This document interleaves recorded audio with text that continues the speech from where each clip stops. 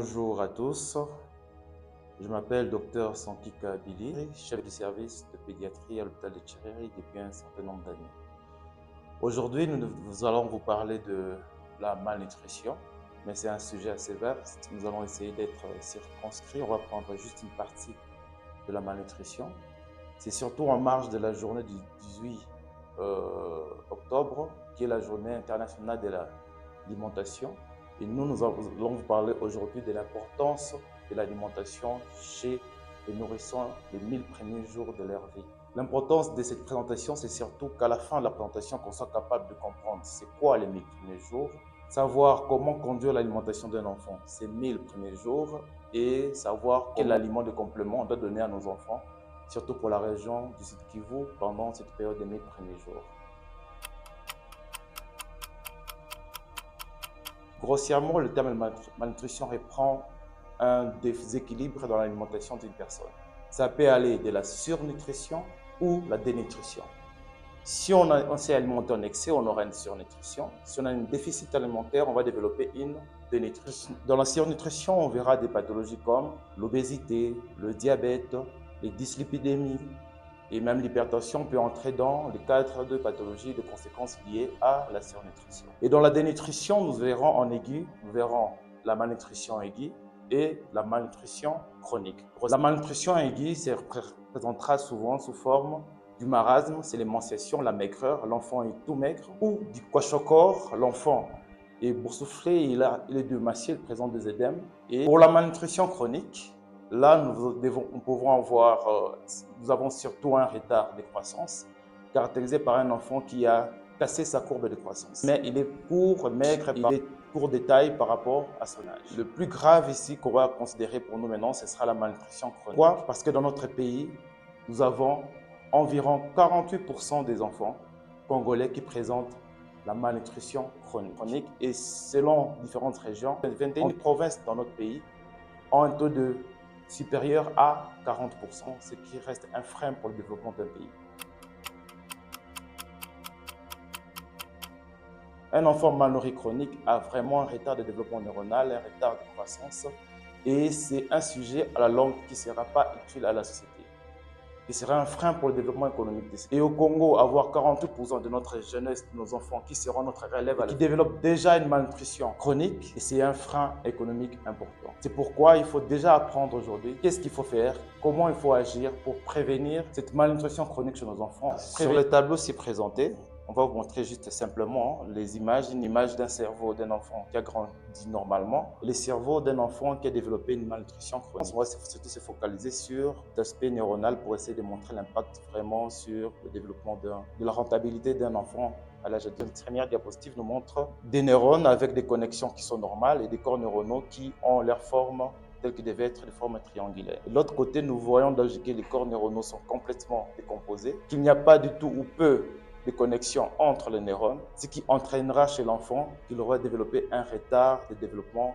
mental. On pourra avoir un adulte qui est bien constitué, mais qui sera toujours le dernier de sa classe, va toujours réfléchir de manière inadéquate par rapport à d'autres populations et qui sera peu productif pour la société. Il est donc important d'essayer de combattre cette malnutrition chronique déjà dès le bas âge, ne pas attendre qu'elle s'installe pour décider de la combattre. À cause de cette malnutrition chronique, nous avons beaucoup de pertes en vie humaine, des difficultés d'apprentissage. Nous avons 22 à 45% de pertes de gains économiques individuels. Alors, les 1000 premiers jours, c'est une période qui couvre de la conception de l'enfant jusqu'à l'âge de 2 ans. De la conception de l'enfant jusqu'à la naissance, pendant la période de la grossesse, ça nous donne environ 9 mois. 9 mois qui correspondent à 40 semaines, environ déjà 280 jours. Et de la naissance jusqu'à l'âge de 2 ans, ça fait 2 ans supplémentaires, donc ça fera 365 jours par année, ce qui nous fera de 730 jours. Et donc les 280 jours pendant la grossesse et les 730 jours jusqu'à l'âge de 2 ans nous donnera environ 1010 jours. Et c'est dans cette période-là qu'on doit agir pour éviter d'avoir le développement d'une malnutrition chronique. Et c'est une période cruciale. Pourquoi c'est une période cruciale? Parce que c'est une période de croissance exponentielle. L'enfant va quitter de la taille d'un un embryon d'une taille d'environ 100 microns, c'est vraiment de l'ordre de l'invisible à l'œil nu, pour atteindre un poids de 2,5 kg, 3 kg à la naissance et un poids de 11 kg, 12 kg à l'âge de 2 ans. Et si son alimentation n'est pas bien suivie pendant cette période, il y a beaucoup de risques par rapport à cette croissance qui sera mal conduite, par rapport au développement de certains organes qui seront mal formés et même au développement neuronal, comme on l'a vu ici, qui sera complètement battu. Il est important de bien agir pendant ces 1000 premiers jours. Et c'est pendant ces 1000 premiers jours que l'enfant va poser ses bases métaboliques. C'est là que se fera la programmation métabolique de l'enfant et même le développement de son immunité pour le long terme. C'est là qu'il va apprendre à combattre les infections. C'est là qu'il va prévenir déjà le développement à long terme des diabètes, de l'hypertension selon le type d'aliments qu'on va lui donner et même les risques d'insuffisance rénale. Si ces 1000 premiers jours ne sont pas respectés, nous avons un risque élevé de malformations, d'avortements, de retard de croissance, comme on l'a dit, de mortalité très élevée à cause de manque d'immunité et sera sujet à beaucoup d'infections. Et la programmation métabolique risque d'être altérée. De nos jours, nous nourrissons nos enfants avec du n'importe quoi, beaucoup trop de produits sucrés, ce qui fera qu'à l'âge adulte, ils vont développer facilement le diabète, l'hypertension, les insuffisances rénales. Il est donc important de savoir comment conduire l'alimentation d'un enfant ces 1000 premiers jours. Nous allons nous inspirer du programme national de la RDC par son programme de nutrition. Il y a un concept qu'on appelle le concept ANGE qui parlera de l'alimentation du nourrisson et du jeune enfant. Le but de ce programme ANGE, c'est vraiment de nous dire comment on doit nourrir nos enfants pendant cette période. D'abord, dès la conception à la naissance de la maman, ce sont parmi les piliers de l'ANGE. Donc, parler de l'alimentation de la femme enceinte, de la femme allaitante, comment est-ce qu'elle doit s'alimenter? Parce que si elle s'alimente bien, il y aura une répercussion sur son fœtus et sur son nourrisson. Promotion de l'allaitement maternel, alimentation de la femme enceinte, de la femme allaitante et alimentation du nourrisson jusqu'à l'âge de 2 ans. Ce sont là les piliers de l'ANGE. Là, on vous présenter un tableau qui va vous parler du rôle de l'alimentation maternelle continue dans le cadre du régime pour l'enfant de 6 à 23 mois. Sur ce tableau, on voit bien que de la naissance à l'âge de 6 mois, on doit promouvoir une alimentation par le lait maternel exclusif et rien d'autre. Ça, c'est l'un des piliers pour assurer une bonne alimentation de l'enfant. Le lait maternisé peut déjà déprogrammer le devenir métabolique de votre enfant.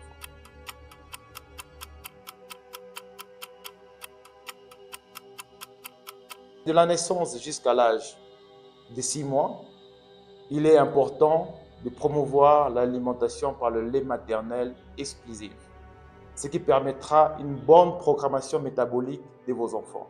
Car avec le lait maternisé, on peut avoir un problème de cette programmation métabolique et même avoir les risques de développer à l'âge adulte l'obésité, le diabète, l'hypertension ou même les insuffisances rénales. Alors qu'avec le lait maternel pur, qui est adapté pour la physiologie de votre enfant, on est au moins sûr qu'on n'aura pas ces dérèglements métaboliques pour le futur. Dès l'âge de 6 mois à l'âge de 1 an, on peut introduire l'aliment de complément. Mais sur ce tableau, vous allez voir qu'en blanc, ça représente la part du lait maternel, qui sera toujours importante, donc environ 60 à 70% de votre alimentation sera en lait maternel et que 30 à 40% sera fait de l'aliment de complément. Il ne faut pas penser que quand on introduit la bouillie, ça veut dire qu'on va abandonner le lait maternel. Non, on va introduire la bouillie à l'âge de 6 mois, mais ça n'occupera que 30 à 40% de l'alimentation de votre bébé. Le reste sera toujours comblé par le lait maternel. De l'âge de 1 an à l'âge de 2 ans, nous allons toujours continuer. Nous allons réduire progressivement la quantité en lait maternel. Je vais passer de 70 à 50% environ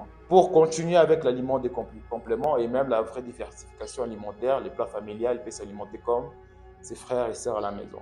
Mais toujours le lait maternel continuera à garder une part importante, minimum 50 à 60% de son alimentation. Et pour une bonne alimentation, on peut conseiller d'aller même jusqu'à l'âge de 3 ans. Et là, on va commencer à donner une alimentation symbolique. Mais le principe de l'aliment de complément, de l'alimentation de complément de 6 mois à l'âge de 2 ans, c'est de respecter un régime à 4 étoiles. Il faut des aliments de base, tels que le pain, qui seront riches en calories. Ces aliments de base sont des aliments qu'on appelle des aliments énergétiques, les aliments qui vont apporter de l'énergie à votre enfant. Ce sera des aliments qui seront riches en amidons, riches en sucre pour faciliter le fonctionnement physiologique de votre enfant. Et donc, ces aliments-là, ce sera un type de céréales et de tubercules. On aura le pain, on aura le maïs, On aura la banane, on aura les maniocs, on aura les millets, et les ignames, les pommes de terre. Ce sont là les aliments qui vont lui apporter de l'énergie, les aliments de base. C'est la première étoile. La deuxième étoile, ça sera les aliments de protection. Et là, on considère le fruit et les légumes, les aliments de protection. Ils vont aider au développement métabolique et de l'immunité de votre enfant. La troisième étoile, ce sera les protéines, des aliments de croissance, notamment les protéines de source végétale, qu'on appelle grossièrement les légumineuses. Nous avons les haricots, nous avons le petit pois et d'autres types de légumineuses, mais pour les cultivos, on retrouve généralement les haricots et les petits pois. Et la quatrième étoile, ça fera aussi partie des aliments de croissance, mais ce sera des protéines de source animale. Là, nous voyons le poisson, la viande, le fromage, les laits, les produits laitiers, fromage, lait, le poisson, la viande et le fruit de mer, qui seront des aliments qui vont nous apporter des protéines de source animale.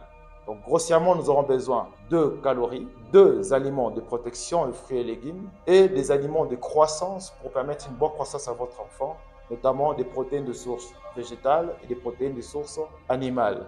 Ce qui compose les régimes à 4 étoiles prônés par l'approche Ange.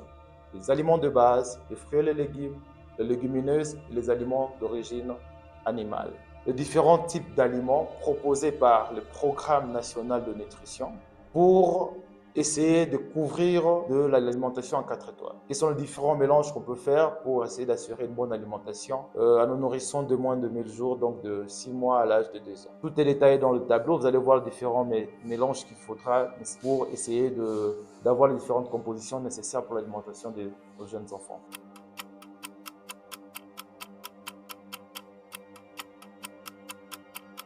Chez la femme enceinte ou la femme allaitante, il est conseillé aussi de tenir compte de son alimentation. Comme on vous a dit, le pied des langes, ce ne sera pas seulement l'allaitement maternel exclusif, parce que les 1000 premiers jours, on vous a dit, commencent par les 280 jours pendant la période de grossesse.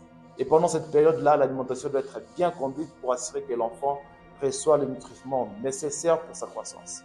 C'est pourquoi nous allons essayer de parler de quelques principes pour l'alimentation de la femme enceinte qui permettra d'assurer une bonne croissance de son fœtus. D'abord, le premier principe, c'est d'éviter toutes les grossesses avant l'âge de 20 ans. Parce que plus on a une grossesse précoce, plus on a des risques d'avoir des difficultés de développement de cet embryon-là. La femme de moins de 20 ans n'a pas encore fini sa croissance. Elle est elle-même encore en pleine période de croissance. Porter une grossesse demandera de consommer double pour sa croissance à elle-même et pour la croissance de son fœtus. C'est comme ça que le programme de nutrition déconseille les grossesses avant 20 ans parce que ce sont des grossesses à risque. Deuxièmement, il faudra une supplémentation en fer et acide folique de les désirs de conception. Il faudra poursuivre une alimentation équilibrée, une alimentation 4 étoiles que nous avons vu ici haut. Donc, même la femme enceinte, elle doit manger de manière équilibrée tous les jours. Respecter l'alimentation à 4 étoiles. Il faudra une supplémentation en fer acide folique jusqu'à l'accouchement et même jusqu'à 4 mois, 3 mois, voire 3 mois après l'accouchement pendant la période de l'allaitement. Il faudra ajouter dans ces compléments les habitudes alimentaires quotidiennes. Ça, c'est surtout valable pour les femmes qui ont une taille moyenne, qui ne sont ni maigres ni obèses. Quand elle est enceinte, elle doit ajouter au moins un repas supplémentaire dans ses habitudes alimentaires quotidiennes. Mais pour une femme qui est déjà obèse, elle n'a pas besoin d'augmenter forcément la quantité de repas dans son alimentation. Pour une femme qui est maigre ou qui présente déjà une dénutrition, on va mesurer son périmètre brachial. S'il est inférieur à 230 mm, elle devra faire l'objet d'un suivi nutritionnel pour assurer la bonne croissance de son fœtus. Ou bien, si elle fait des anémies avec des hémoglobines inférieures à 10, elle aura donc besoin aussi d'une supplémentation nutritionnelle. Et on conseillera aux dames aussi de respecter le calendrier vaccinal, le calendrier de la CPN. Une femme qui respecte sa CPN, elle aura tous ces différents conseils pendant la grossesse, notamment le dépistage des pathologies qui peuvent altérer la grossesse, la supplémentation en fer acide folique, la vaccination nécessaire pour l'alimentation de son enfant, la prévention de la malaria qui est une maladie anémiante qui peut aussi impacter la croissance de son enfant et le dépistage précoce des complications. Et pendant cette CPN, on pourra aussi mesurer la croissance de son bébé par la mesure de la hauteur utérine et dépister les pathologies qui peuvent interférer avec la grossesse. Chez la femme allaitante, on va donc conseiller la supplémentation en fer et acide folique jusqu'à l'âge de 3 mois, comme on l'a dit tantôt. Une alimentation équilibrée à 4 étoiles qui doit être continuée. Même après la grossesse, la femme doit continuer à s'alimenter de manière correcte en respectant les aliments tels que décrits selon le principe d'alimentation équilibrée à 4 étoiles. Ajouter aux habitudes alimentaires minimum 2 repas supplémentaires. Ça aussi, ça reste valable pour une femme qui a un bon état nutritionnel. Et pendant la période de l'allaitement, on va demander au moment de respecter les calendriers de la consultation post-natale. Les rendez-vous qu'on donne à l'hôpital, de revoir l'enfant au 6e jour, après le 6e jour et après la 6e semaine, c'est aussi pour permettre d'évaluer la croissance de votre bébé et s'assurer que tout suit les cours normaux et qu'il n'y a pas de problème par rapport au développement de votre bébé. Il faudra donc respecter ces différents éléments dont on a parlé, la supplémentation en fait folle, éviter la prise d'alcool ou la prise de drogue qui peuvent interférer avec la croissance, on peut même avoir des risques d'avoir des malformations. En parlant de malformations, on va voir la plus courante qu'on voit généralement, de malformations sous forme de fente labiale. Nous avons beaucoup d'enfants au Sud Kivu, au Congo, qui présentent des fentes labiales. Et à l'hôpital de Tchiriri, nous avons un programme spécial, financé ou bien appuyé par le programme Smile Train, qui prend en charge les enfants avec fente labiale ou bec de lièvre. Ce programme prend en charge les enfants du point de vue chirurgical et du point de vue nutritionnel. Si dans la communauté, dans la famille, dans vos voisinages, vous connaissez des enfants qui sont nés avec cette malformation-là, vous pouvez contacter l'hôpital de Tchiriri. L'envoie à l'hôpital de Tchiriri où il sera pris en charge totalement et gratuitement sur le point de vue nutritionnel et sur le point de vue chirurgical pour corriger sa fente labiale. Et donc, un point particulier par rapport à ça, on a voulu s'arrêter un peu pour vous en parler parce que l'important, c'est parmi les conséquences aussi de la mauvaise nutrition de la femme, des mauvaises pratiques alimentaires de la femme pendant la grossesse. Une carence en acide folique, la prise de l'alcool pendant la grossesse, la prise de drogue pendant la grossesse peuvent aussi entraîner des risques de malformations, dont la plus courante, l'une des plus courantes, le bec de lièvre.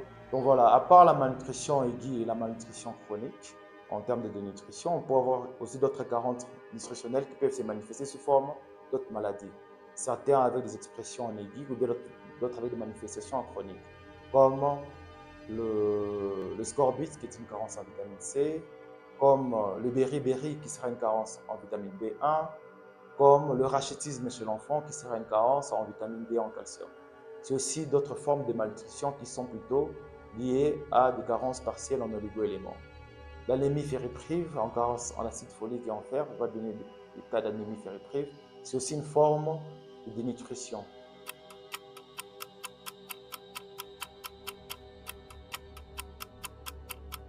En conclusion, les 1000 premiers jours de l'envie de nos enfants est une importance capitale pour leur bien-être et pour la réduction de la prévalence de la malnutrition chronique. Nous avons déjà vu que la malnutrition chronique, c'est vraiment un problème influent à long terme pour nos enfants et même pour le développement économique de notre pays. Les bonnes pratiques alimentaires sont la clé pour la réussite de cette période et cela passe par la promotion de l'alimentation maternelle exclusive, la promotion de l'aliment des compléments. Nous avons vu les différents aliments des compléments qu'on peut proposer pour le Sud Kivu, l'utilisation des multimicronutriments et la promotion de l'alimentation de la femme enceinte et de la femme allaitante.